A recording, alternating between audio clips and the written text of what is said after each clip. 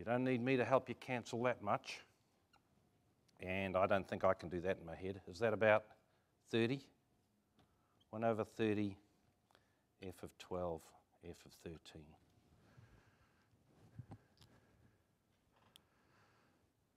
Do you reckon you could do anything? Are you just shy? Really, you know, yes, the answer to that was yes, we can do anything, but no, John, we're not going to, because we're going to use our judgment. We're only going to do sensible things, all right? All right? Because just because I've given you some hideous technology to write down numbers doesn't mean you should be unleashed. All right, let's try this one together. I'm not going to do it. This is it, guys. This is the time to turn to your neighbour, introduce yourself if you haven't. Start writing it down. That will also give me a moment to find out how much time I've got left. Debbie, can you start my timer?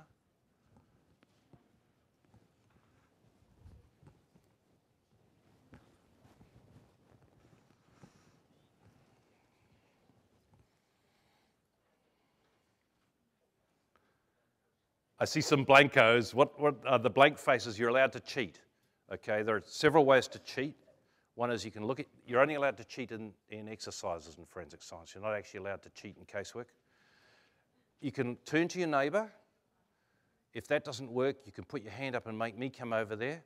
If 6 different tables put up their hands, I'm in trouble and I will start doing it on the board. There are no hands up, which I see as a good thing. What's the what? Hey, what a fantastic, who asked that? I just love that, all right? Okay, I'm going to try and do it with you. Now, the first thing you can do is you can write down the allelic vector without the hypotheses, all right? Now, I get accused of hideous bias by people who like accusing me of things.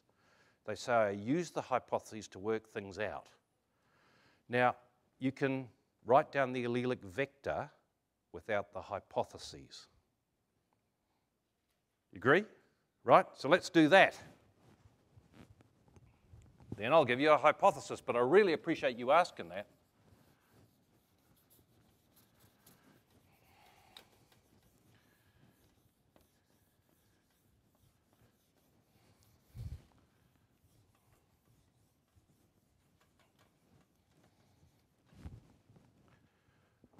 Okay, so we think this looks like a 3-person mixture. I think this is actually the other half of the one you saw earlier, sort of a bit further down somewhere. Do we all agree it's got an 8, 9, 10, 11, 12 in it?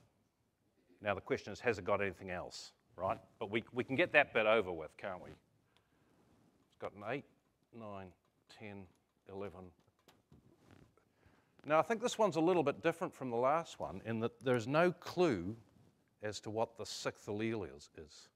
Right? Last time we had the 20 sticking up like a sore thumb, and we knew there had to be 2 of them.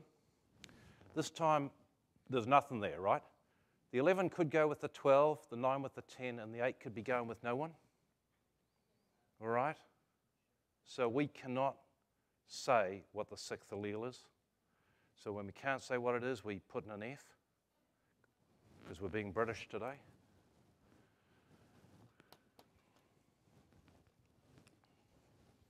I'm hoping that's going to appear. It'd be really embarrassing if that hadn't.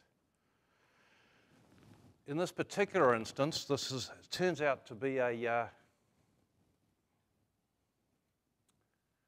rape of one woman, and she says she was raped by 2 men, and we've only identified 1 person of interest, and she's provided us with a sample, which is known as K, and she is an 8, 9, and the 1 person of interest we've got is an 11, 12.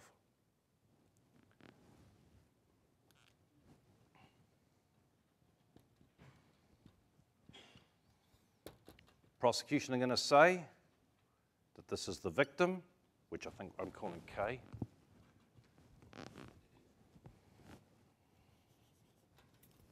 K plus POI plus an unknown, okay. K plus 2 unknowns.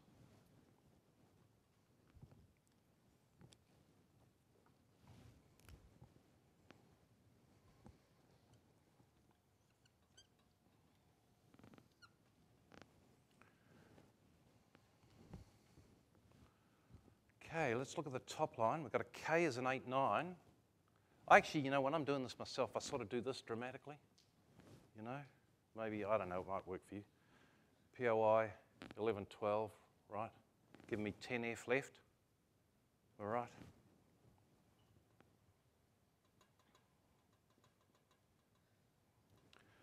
Start again. K plus 2 unknowns, so there goes K. I've got a 10, 11, 12F left.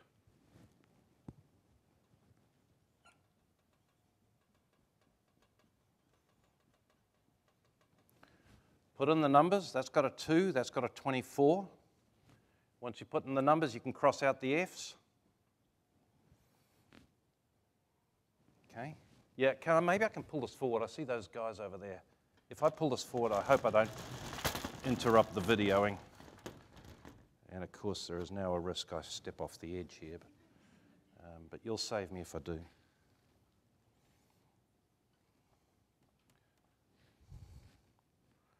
Oh, I wish I'd cancelled the 2 and the 24 while I was there.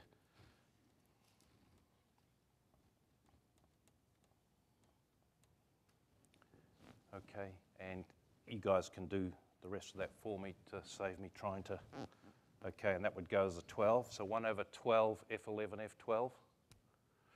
Was that a snap for you guys? Have you guys just done an unresolvable 3-person mixture with dropout? You have. And have you done it in under 5 minutes? And was it the second? I'm going to get there in just a mo. I've seen that hand. I've also had really piercing questions from you before. I just want to point out what you guys just have got in your hot little hands. And again, counsel you to be careful with it. You now have the ability to do unresolvable 3-person mixtures with dropout. Okay, and again, please use your judgment. Just because it can be done doesn't mean it should be done. Okay, now.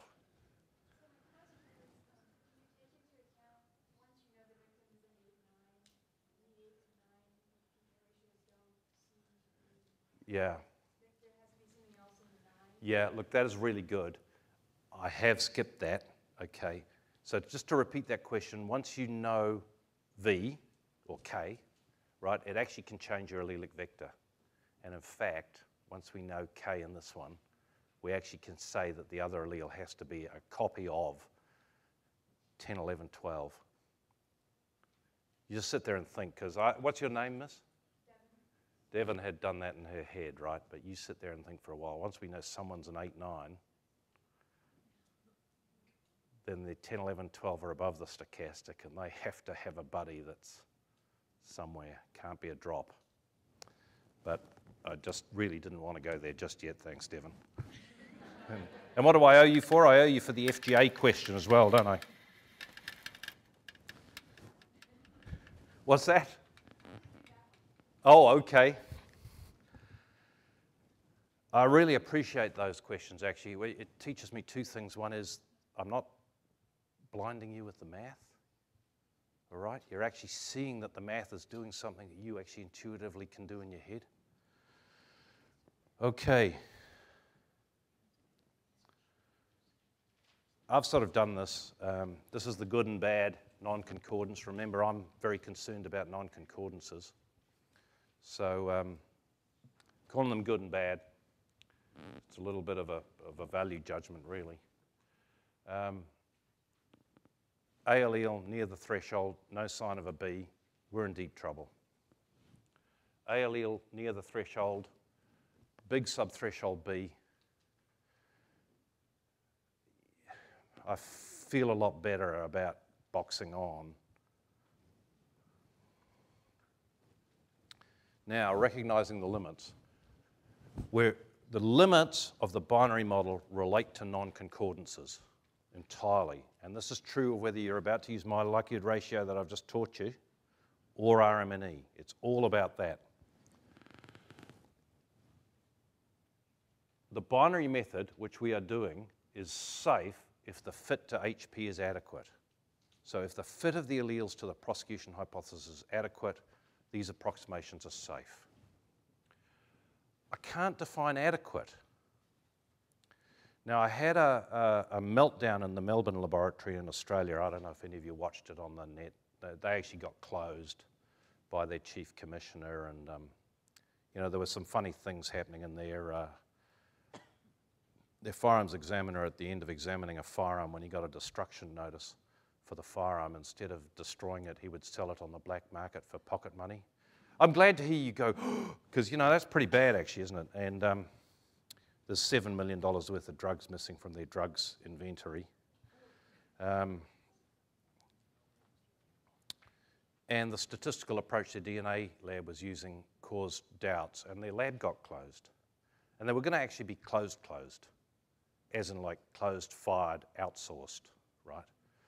So I was redeployed there. And now the Melbourne lab, after you've had that sort of thing happen to you, are pretty terrified, right? So they're saying, please define adequate. John, tell us, when's safe, when's not? We don't know anymore, all right? Now, I can't do that. So what I was doing in New Zealand was I'm going to make this thing called CheckSafe. So I was actually going to have a little piece of software that ran the drop model in the background and said, it's safe to drop this locus, right? And it was basically going to calculate a probability of drop, do the formulas I've been showing you, say, yeah, you're allowed to drop this locus. Now, quite interestingly, at lunchtime, Todd Bill came up to me and said, do you think I could make a little thing that ran the drop model and checked whether it was safe to drop a locus? So this is obviously this is a viable way we could, if we chose to, we could extend the life of the binary model. We could make a little thing that was running that drop formula stuff you've seen, and it could spit out a big thing saying, yes, you're allowed to drop this locus. What would I actually prefer? I'd actually prefer that you as scientists took on board your choice of model. I'm not going to ram one down your throat. I really would like you to do the drop model at least figuratively in your head and go, yeah, it's safe to drop this locus. Why do I like that? Let's come back to the FGA problem. Now, who owns the FGA problem? It's someone down there. Now, that was a really good question because that emphasizes this. Now, I hope I'm not going to run out of time here. Did Debbie bring up my timer? 40 minutes? Because I am under obligation to do another piece of work. Can someone remind me what the FGA one was? Do we have a 19 that's above, I think they said 150. Karen, this is your profile. And then have we got a 19 missing, have we? 19's missing. Let me get some lines in place first. We'll have 150. Are you at 50 for your AT, Karen? 50, so I'll make it a little bit bigger for me. Okay, there's 19, 20, 21, 22, 23. So what do we think this thing looks like? Nothing at 19, is that right? Something at 21 that's above there? Way, way above. Way, way above. Really? And then what? Did we have a big 22? 20. So, and they're like overamped, right? Is that, I mean, I wish I'd drawn a slightly different scale now. Is that? Yeah, but that could be 151. Okay. So it makes quite a lot of difference to me. In fact, I wish I hadn't started from the AT. That's funny drawing there. Got to come back down a bit. This is why I'm a forensic scientist, not an artist. Okay, it's quite important to me what's happening here. It's also, I think, a very valid point that this guy might have had a bit of build-up started from there, right? And the true allelic content of this mightn't be that big. And I think this shows how susceptible we are to hard and fast rules making us do the wrong thing, okay? So how would you feel like that? Is that a good non-concordance or a bad non-concordance, right? After the point that was put to me, that the 21 might have been built up by stutter and I've imagined one here, I might live with it, I don't know. Live with and defend in court are different things, aren't they? All right? How about this, though?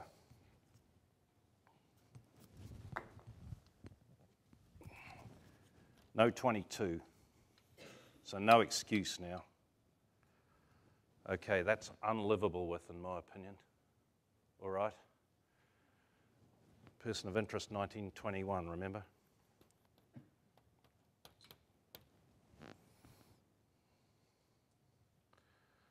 All right. Why is that unlivable with? Because the probability of dropout for this peak, for the 19 peak, given that's its buddy, is negligible. Okay. Should we try and work out the maths here? Okay. Yes, John would like to try, but we're not going to mind if you just simplify this a little bit for us by pretending the major's not there. Okay. I promise I can do it with the major in, but I want to have mercy on you. Who could be the contributor to this stain? Do we agree, just align it a bit better, do we agree that could be a 21-21? Do we agree it could be a 21Q, all right? But we don't really think that, do we? But we'll write it in. Okay. How do I get that peak from a 21-21? No dropout of a homozygote. Okay. No drop-ins. Okay. How do I get that from a 21Q? No dropout of the 21, but I've got to drop out the Q, and I need no drop-ins. Okay. Let's think about a numerical value for D. All right? This is a really big peak. What is the chances Buddy's dropped? Well, we don't know, right? But we could know. Todd has done exercises that certainly inform this probability, and so have I, right? I'm going to put in a number, just absolutely making it up, right? Okay. What is the likelihood ratio? Well, the person of interest is a 1921, so he's going to go on the top line.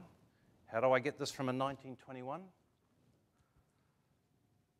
Don't drop out the 21. Do drop out the 19. No contamination.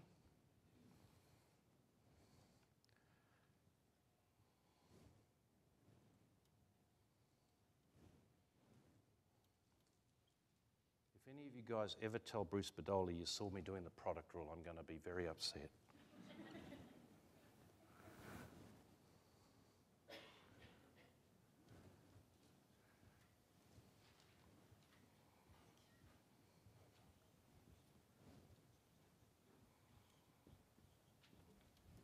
Okay, now we get this beautiful thing where the C bar cancels, all right?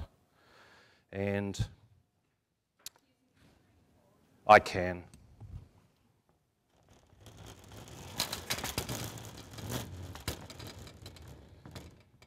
I'm going to just take a health and safety check and come down here. Okay, I've cancelled the C bars. Let's just think this through. There's the frequency of the homozygote 21. In here, 2 F21 and F of Q, and if it's any help to you, you can write F of Q as 1 minus F of 21. All right, that's 2 PQ for the heterozygote with any 21. If D is a tiny number, D bar is a huge number, right? If D is that, then D bar is, all right? Now, what's D2? the chance of drop out of a HOM, well, I don't know, but it's harder to drop out a HOM than the one of a het. Do we agree? So this is some number even smaller than that. Okay, so you won't object if I put that number in. Just trust me, it's conservative. All right? Watch this. That one goes with that one. That one. That one's already gone. That one's gone. That one's gone. That's a tiny number, so I'm going to lose that whole term. Okay, what have I got? The likelihood ratio for this locus, and I've just done some pretty bad approximating that I wouldn't have to do in a computer, is a tiny number, 0.001 over f of 21 squared, whatever that is, all right? So the likelihood ratio for this hideously non-concordant locus is tiny. A tiny likelihood ratio supports the defense, all right? There's a couple of these, we get this wrinkled brow phenomenon in Europe. It seems to also come in America. Is that all right? If it's not all right, I'll have another go if I can some other time. I better do what I promised to do.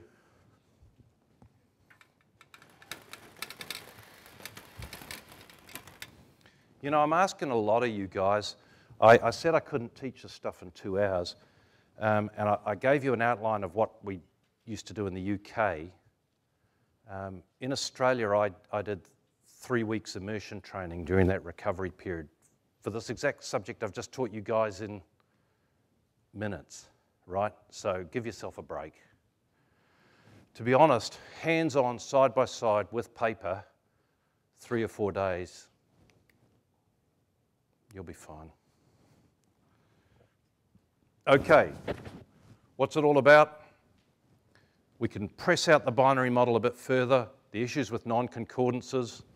We can recognize that some non-concordances are worse than others. This is a really big deal for Peter Gill and is motivating a change away from the binary model.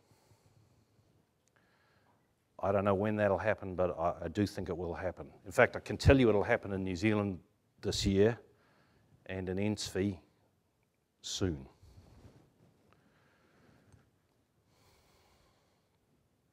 There's quite a few typos coming in your notes. I apologize for that. I'm very error prone.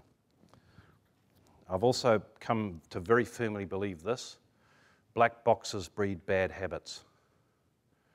So unless you guys can do this model, at least intuitively in your head, if you can sign it to a computer, something horrible will happen.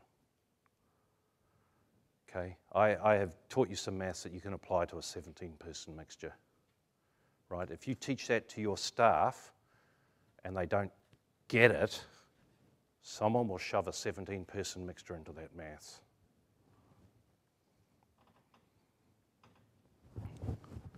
Okay, so the actual topic of my talk is a comparison of LR, RMNE, and RMP. And it's actually enormously hard for me to do this comparison because there are so many variants on application of RMNE.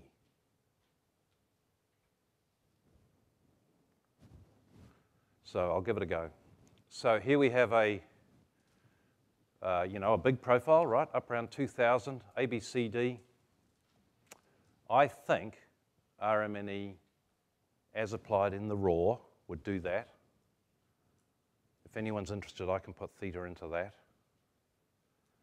I have done, actually. I published it in that book I was associated with. Todd did exactly this example.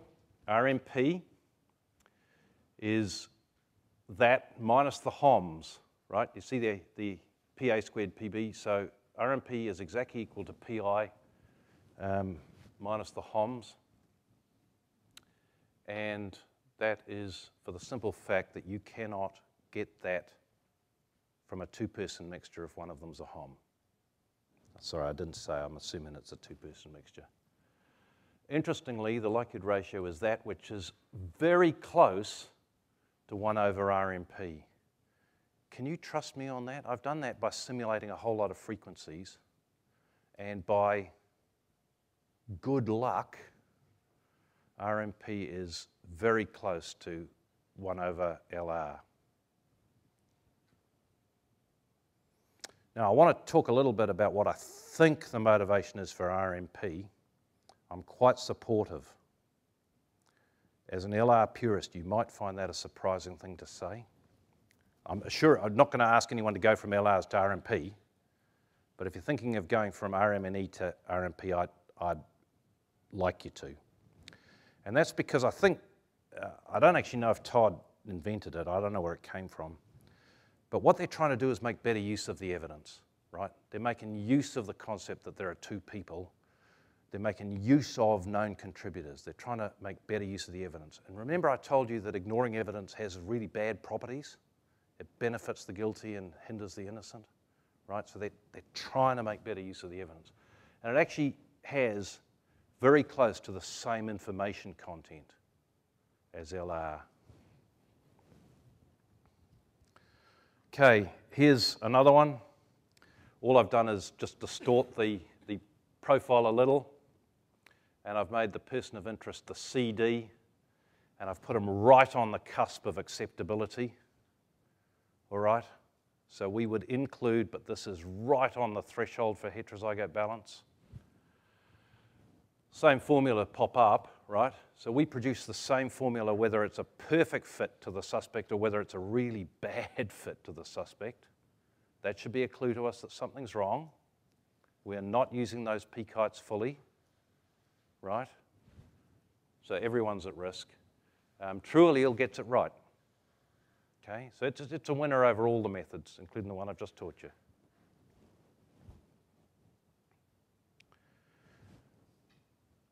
Okay, here's perhaps a mildly more challenging profile. Victims AB, person of interest is CD, so I have a non-concordance. I think the RMNE people would drop this locus.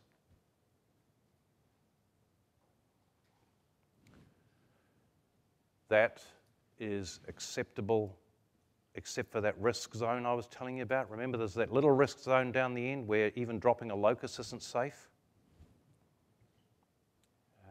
RMP would calculate that formula. There's no risk in that. Well, there's the 2p rule risk. And LR is exactly 1 over RMP.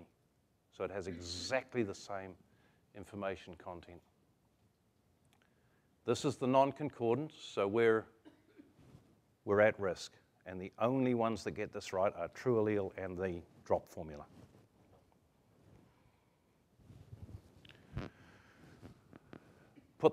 Change the person of interest into AC. You can calculate a probability of inclusion. I think you wouldn't. I think most of your rules would stop you. It's actually meaningless. The chance a random person would be excluded is not that number, right? Because the random person could be CD. But it's actually a safe behavior. The RMP would produce that, and that is exactly 1 over the LR, and they're both safe. So RMP and LR are both safe. Both safe because it's not a non-concordance, so the binary models are safe.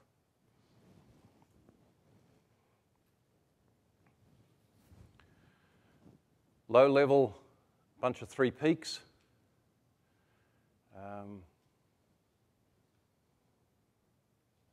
Well, RMP is that, and that's allowed an F in there, all right? Todd doesn't call it that way, but that's allowed another allele to be anything. And that's buried in there. You can see some 1 minuses happening in there. That's the F allele behaving. You've already done this for me today, done that bottom formula. You could spit that out, and that is safe. That is a safe and reliable representation of the evidence because there are no non-concordances, so the binary model is safe. What's my timing? 20 minutes.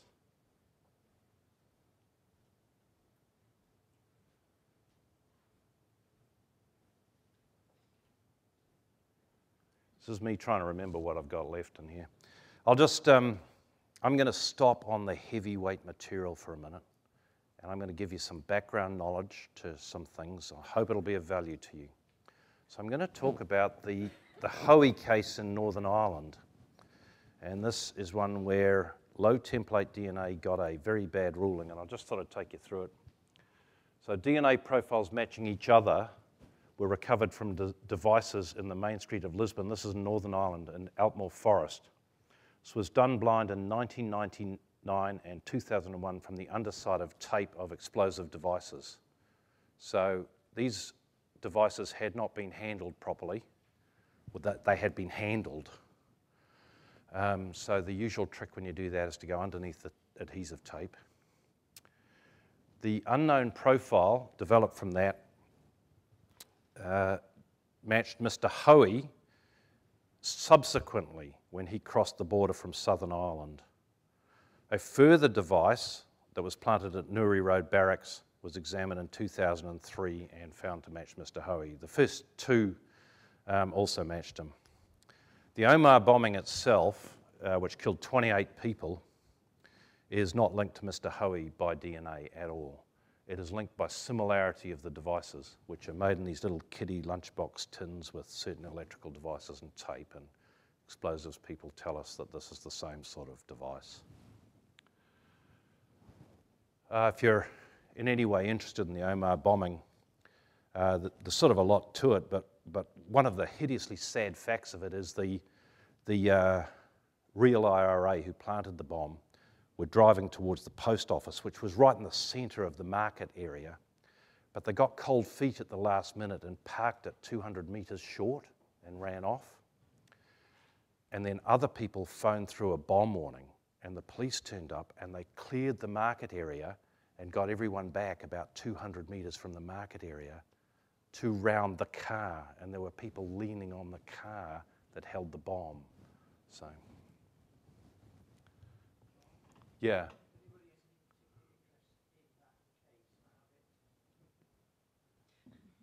Indeed.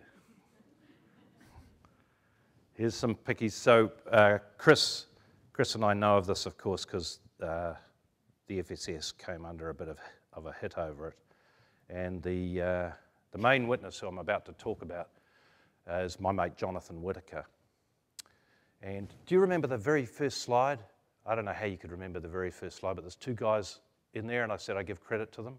So one's Peter Gill, who you probably recognise. The other guy is sort of reclining like a bit of a male model. That's Jonathan Whittaker. So I don't know, I'll show you his face. The girls back in New Zealand think he's a bit of a stud muffin. I don't know if you have that term there. There he is there. His personal friend.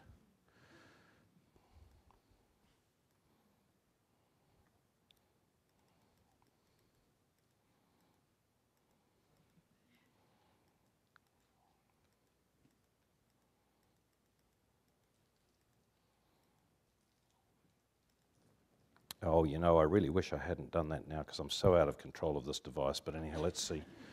Okay, so His Honour got really very grumpy with us. There were very understandable doubts about storage and handling of the items. People had indeed handled them.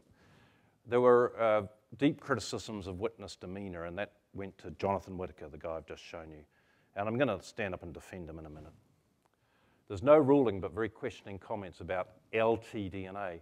There are only two papers supporting it. It's only used in the UK, New Zealand, and the Netherlands. I don't know how you fit this next sentence in because the US use it. I mean, those two sentences don't go together. But they use it for intelligence and in triplicate. And in fact, the OCME in New York are up and running with 34 cycles. And the International Society of Forensic Geneticists, which I was part of, met in the Azores and said we had to do more work. We didn't say that. Have you ever seen anyone write a paper saying this subject is entirely finished and full stop? Okay, the suspect asserted he was an electrician and that his DNA, if indeed it was his, had got onto the devices because his tape had been used in the construction by somebody else. The reason I look into this is because we are searching for a reliable expression of the evidence, right? That's sort of what we're talking about here, right? And it's come to me recently, how do we judge a thing to be reliable? So I looked up Oxford, and it actually says, so if you're in the British part of the English-speaking world, we rely on the Oxford. You do Webster's or something? Anyhow, we always look up Oxford. So here's what Oxford says, that which may be relied on. So I actually didn't find that helpful, right? The other one is in statistics, yielding concordant results when repeated. Now the thing about low template work is you don't get the same result when repeated. Now, Steve Le Bon said, I would probably reamp. Why did he do that? Because he didn't think it would repeat. Why would you do it if you're just going to get the same answer, right? You guys all know these things don't repeat, right? So if we use Oxford, they're not reliable. Okay, is the statistic reliable? So let's imagine I'm in court, I've just done a likelihood ratio like I told you, and someone says, is the statistic reliable? Are we seeking some sort of unreal vision of certainty? And here's one I got from a book. Tell me, doctor, in what order were these injuries sustained? And I want yes or no for an answer, not a long lecture. So, is the statistic reliable? Well, if you asked me, here's what I'd say. Well, we've used the most modern and reasonable methods, right? I would sound like I wasn't answering the question, all right? But is it reliable? Within the limits of our understanding, it is a fair and reasonable assignment of probability. I sound like I'm hiding something, don't I, right? I mean, well, I think if I'm asked this, I'm probably going to go, yes. Is it reliable? Yes. But if I answered truthfully, this is what I'd say, right? Because I don't know the true answer. Or even some words like 99%, right? Because, you know, Jack was showing us Clopper and Pearson that gives us a 95% confidence interval. So the moment you say something like that, someone's going to say, so you're not certain it's reliable. It's a simple question, yes or no, is it reliable? Now you might think I'm joking, it happened in Hoey. That is what you say, and the issue that I'm investigating through you is whether or not the result, the profile you claim is reliable or not. You understand that? And that was being yelled at my mate Jonathan. And he said, yes, it is reliable, and that's why he got the witness demeanor thing. I'm going to show you the profiles in a minute. But here's me in Sydney, appearing for the defence. Now, I've almost never appeared for the defence. I'm fully available, but you know I believe in the technology, right? So when you appear in Sydney for the prosecution, the police meet you at the airport. They take you through customs without filling in the forms. You go to court, they've got a red carpet there, they take you in, they put you up and you're the expert and you put in. When you appear for the defence, no one meets you at the airport. You go through customs, you go to the courtroom and the police will sit in the corner and sort of look at you, right? So it's a mitochondrial DNA case, and there is a small difference between the DNA at the scene and the accused, and is the only evidence in the case, right? It's a difference in the C stretch. So I don't know if you've done mitochondrial DNA, but we have a little C stretch in our hypervariable regions. And one, it's very hard to type, and two, it mutates readily. And most of us over the age of 40 have variations in our C stretch from, you know, in our hair, or elsewhere, but in our hair. Is it a match or non-match? Okay, that was my question. Is it a match or non-match? Remember, they're slightly different. So I started to try to say something like, well, it's a near match. Was there a difference at the C stretch? This is the defence guy here, prosecutor. It's actually the prosecutor. Yes, I've written the entire matter out in the report, and Ms. Pineda was aware of this as well. Can you answer the question? Yes.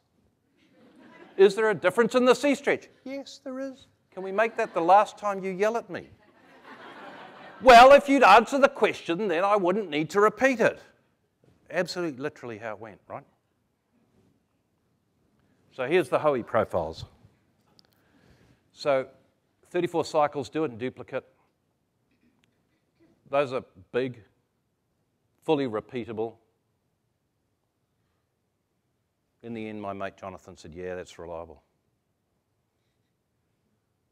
So then the defence said, well, the chief scientist of the UK has said that 34 cycle work is less reliable than other work. And here's where he went wrong. He said, I don't know how many cases he's done. Right?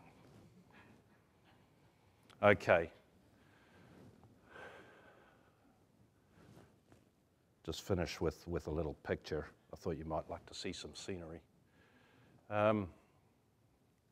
So that's New Zealand, and there's Australia, and there's Norfolk Island. And Norfolk Island belongs to Australia, and there's a picture of it. And the little X is the landing strip. Let's give you an idea how big this island is.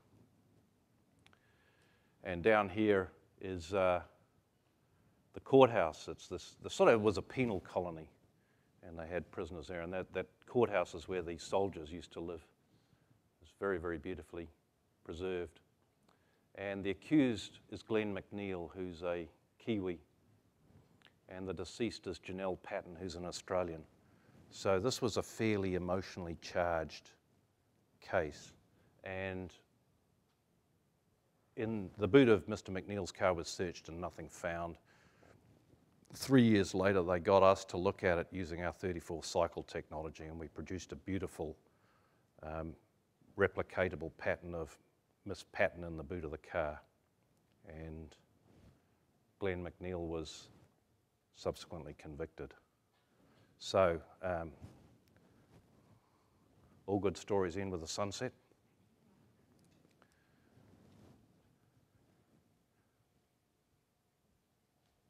Well, what do you want to ask me about low template DNA?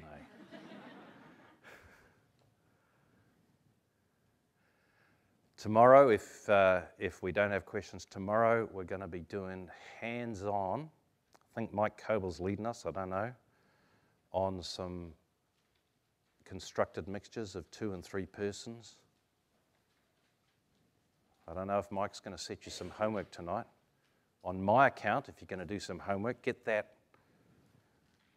allelic vector, put in the Fs, get the number, cross out the Fs. If you've got that down pat, you'll be fine tomorrow. And I'll be allowed to walk around and help, I think, tomorrow as well. So, what have I promised to do that I haven't done? Multi-person, 3. Allegation that it's not a 2, it's a 3. So, it depends how many loci you've got and how clean they are. It's very hard for a 3 to masquerade as a 2, but possible. If you've got a 15-plex, it's harder than a 10-plex. We cannot exclude the possibility that a 2 is in fact a 3. I have written out pages of mathematics showing that it doesn't matter. I just could not take you through it, but it's in a thing called uncertainty in the number of contributors or something like that. Probably Gill, Curran, and Buckleton. I think Mike Coble or Jack Ballantyne quoted it en route, whilst calling me an evangelist. So it really just doesn't matter. We can treat these as a 3. It's not a good idea. It makes it very hard, and it's not in the defence's interest. It makes the number bigger. All right? I can't prove that in short order. Okay. Last chance to question me. Otherwise, Deborah will tell us what we're doing next.